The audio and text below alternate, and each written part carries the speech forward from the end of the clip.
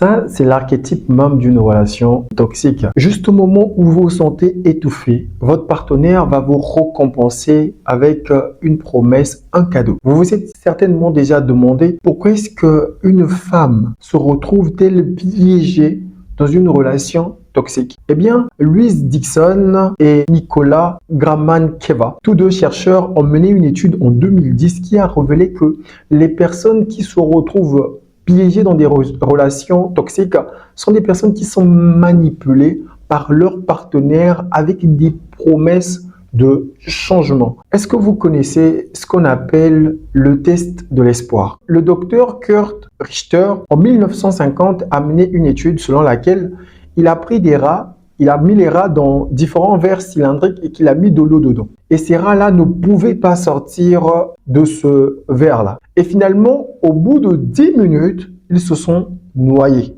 Il va encore prendre d'autres rats, toujours avec la même expérience. Il va mettre ces rats-là dans ces verres cylindriques.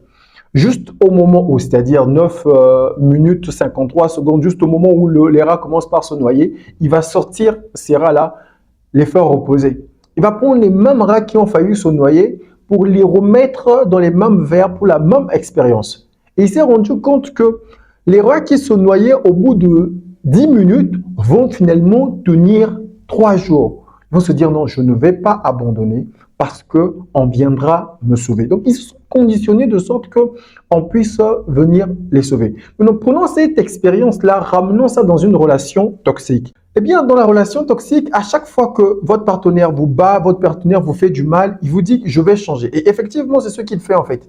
Il va donc changer. Il va commencer à vous offrir des cadeaux, des petites attentions, des choses qu'il ne faisait pas avant, jusqu'à ce qu'il ne vous envoie encore le prochain coup, qui peut être le coup de grâce. Souvenez-vous de cette chanteuse nigérienne Osinachi, qui a chanté la chanson « Ekuweme ».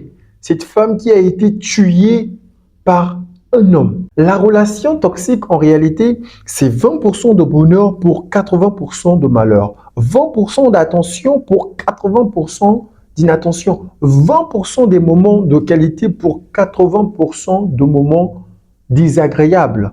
Ma question, à quel moment doit-on quitter une relation toxique?